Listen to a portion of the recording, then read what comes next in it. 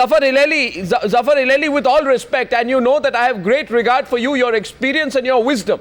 But I must add here, I'm not sure if it was you or Rashid Qureshi on a similar panel 3 years back when I asked the question, will Obama go after Osama bin Laden? And that was in the aftermath of his observation at his first White House primetime news conference. I remember the date. It was the 10th of February 2009 when he said, I'm not going to allow Al-Qaeda or Osama bin Laden to operate with impunity, planning attacks on the American homeland. And very many people at that point of time said, I'm not sure if it was you, but many people said this is a pipe dream. It's an Alice in Wonderland situation. Osama is not in Pakistan. In any case, even if he's in Pakistan, America is going to have to take the permission of the Pakistani troops to act.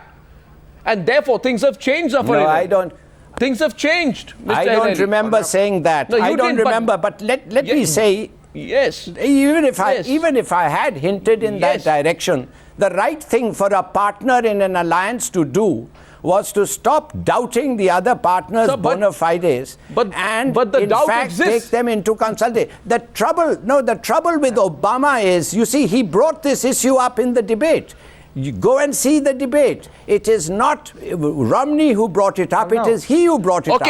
He has nothing else to show for his intervention except Osama. Zafar Hilali, you say tonight that we are living in some fictitious land when we ask the question about terror and about nuclear flashpoints. Our guests in New Delhi are wanting to respond. Seshadri Chari goes first and then Maruf Raza. General Qureshi, I'm coming back to you. Yes, Seshadri Chari first. To the esteemed Mr. Hilali. Arnav, the problem here is Pakistan still thinks that US and Pakistan are partners. Pakistan is free to think that US is a partner. But I am sure the US administration is not discussing Pakistan even 1% of what we are discussing tonight.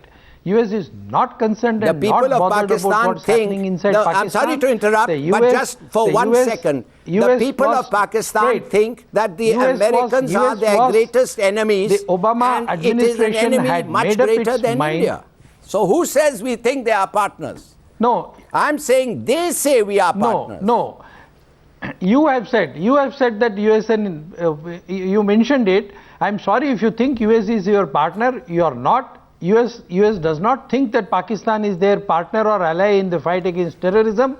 And Obama administration, remember you, they had very point blank said that we will get at Osama bin Laden, and they did it. And they did it with all the might and power that was at their command. And I'm sure they did it with the Obama administration will do a course correction, info from and us they have about already him. done it. I think the best thing that the Pakistani establishment would do, the best thing the Pakistani establishment could do is read the writing on the wall in the best interest of the people of Pakistan. I am not before I wrap up tonight, and the army of Pakistan. Before I wrap up tonight, Rashid Qureshi, I have to come to you. Maruf, you have a point to make, and then I must go to General Qureshi, who's been listening on and seems rather amused by this whole debate which is going on right now. But let me tell you, this is the most relevant debate to our region. We can keep discussing why some jobs impacted, what result in Ohio, but for the people in India and Pakistan, this is relevant. Maruf goes first, and your point before I give the last comment to Rashid Qureshi. On up 2 quick points based on what Mr. Hilali has said. Firstly, he says Obama is an inexperienced president. He doesn't know. Callow, he says. He may have been inexperienced 4 years ago. He may have been inexperienced 4 years ago, but now he has much more experience than Romney could have had. In fact, Romney's foreign policy statements are a joke, and he's talked of more hawkishness than Israelis would feel even embarrassed to admit to. He's talked of America's number one enemy being Russia, and he got sneers and jeers. So basically, Obama is cool, balanced, he knows what he's doing. And I think he is going to bring a new angle to this whole region, which was perhaps missing last time. He got preoccupied last 6 months ago with his election. The second point is Mr. Hilali's point about safety of Pakistan's nuclear weapons. I'm not saying it. 3 months ago, there was a one-page article in The Economist which said that Pakistan is now moving around nuclear warheads in private transport and local buses to try and give them, some kind of, cover so that people don't know they're moving warheads around. I mean, the world's paranoid about how safe Pakistan's nuclear arsenal is. And I don't know how Mr. Hilali is still pinching himself into believing that Pakistan's nuclear arsenal is as safe as America's nuclear arsenal. I'm sorry, sir, the world has changed a lot. since you were in the diplomatic game. Okay, last response on that point. General Rashid Qureshi responds to you.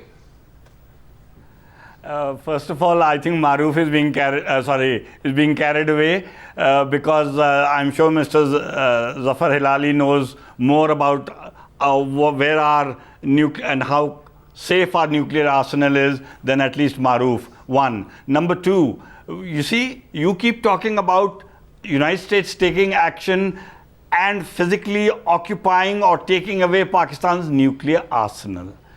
The greatest threat to the United States over the last 10-15 years in the olden times has been North Korea's nuclear arsenal. Have they tried to take away that nuclear arsenal?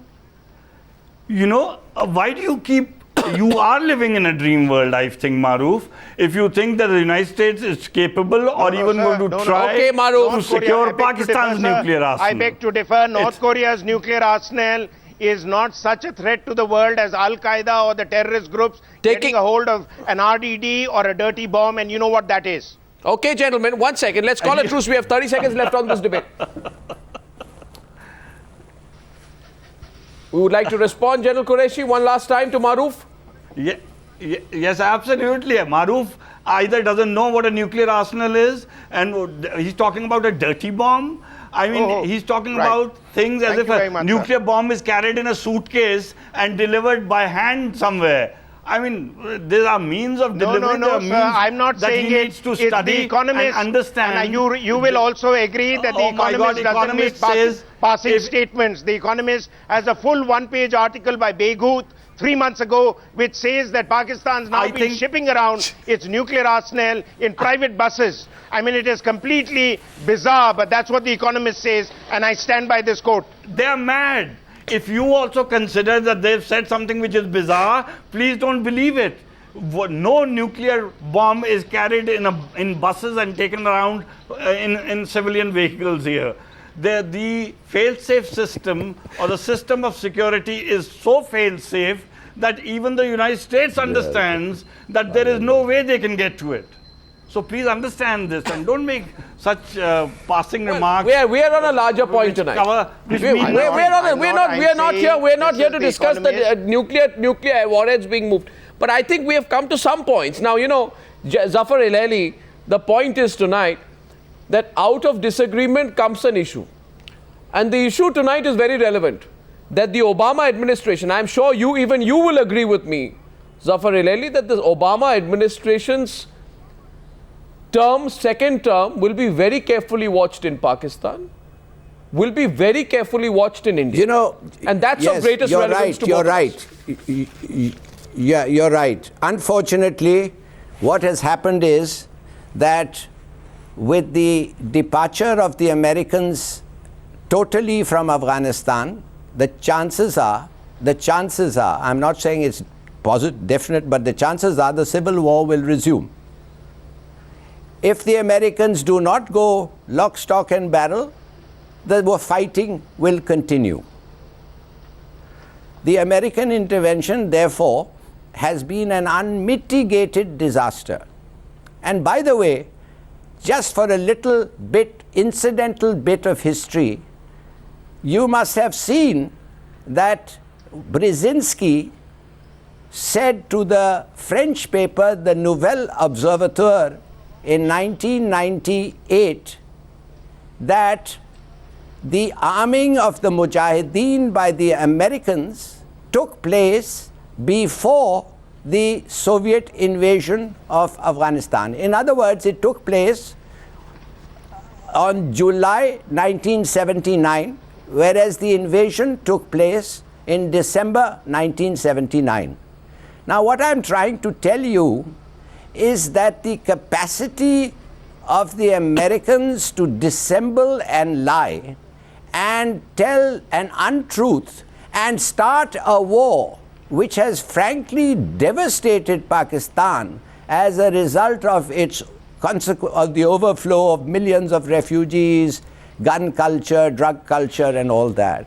Here is a country which calls itself a superpower, and when he was asked, by the way, why did you do that? Because you told the world that you were responding to the Soviet invasion. He said because we were getting back at Moscow for what they did to us in North Vietnam. Mr. Hilali, Mr. Hilali, Now listen, I want you to... No, yes, okay, please. In fact, I have gone hoarse in the UN and elsewhere saying that we were responding to what was a Soviet invasion.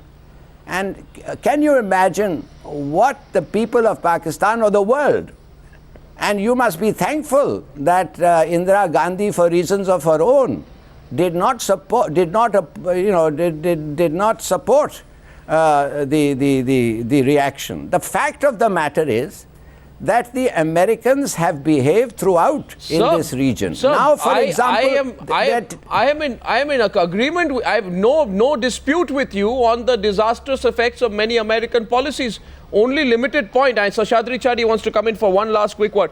Only limited point is that does not absolve Pakistan of its responsibility to the world, to the people of India, especially in fighting terrorism.